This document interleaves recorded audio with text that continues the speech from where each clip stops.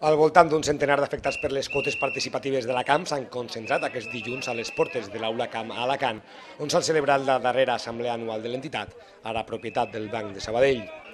Els manifestants, que duien parcantes on es podia llegir missatges com on són els nostres estalvis, la banca sempre guanya o li treuen els pisos als pobres i es queden els diners dels jubilats, entre d'altres, han tallat el carrer i han escridassat els membres de l'assemblea que han necessitat d'un cordó policial per a poder accedir a l'aula.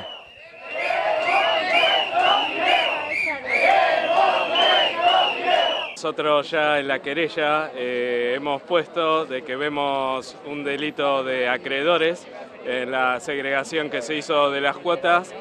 poniéndolas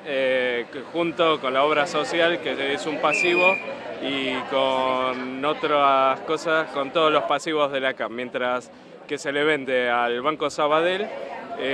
por €1 todos los activos y los menores problemas que pueda tener el Sabadell. Entonces esto nos parece vergonzoso y estamos pidiéndole a la justicia que vea si hay un indicio de delito de acreedores en esta segregación. O una de dos, o solucionar este problema de las cuotas participativas y devolverle el dinero que cada uno gastó en estas cuotas. No estamos de acuerdo tampoco en que se paguen a todo el mundo 4,77, ya que hubo mucha gente que la compró a €1, entonces que se haga un estudio de quienes compraron las cuotas a €6, que se devuelvan a €6, y las que la compró a €1, que se la devuelvan a €1. Entonces yo creo que ahí bajaría muchísimo el gasto que tendría.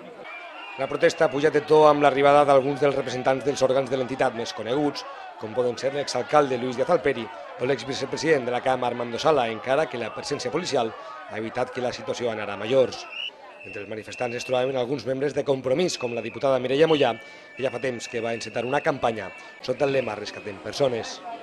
El que hauria de passar és que, per un costat, se reivindicara que se tornaren els diners que pertanyen a les quotes participatives i que l'obra social se mantinguera al nostre territori, perquè és una peça fonamental, ha sigut una peça fonamental i, per tant, nosaltres volem donar-li suport. Des de Compromís vam reclamar que la Generalitat, en cas de que perillara per part de la CAM o del Sabadell l'obra social, que rescatara aquesta obra social i que fora la Generalitat qui la tutelara. I el Partit Popular se va negar i el PSOE se va abstindre. I per tant nosaltres volem que l'obra social continuï perquè és fonamental.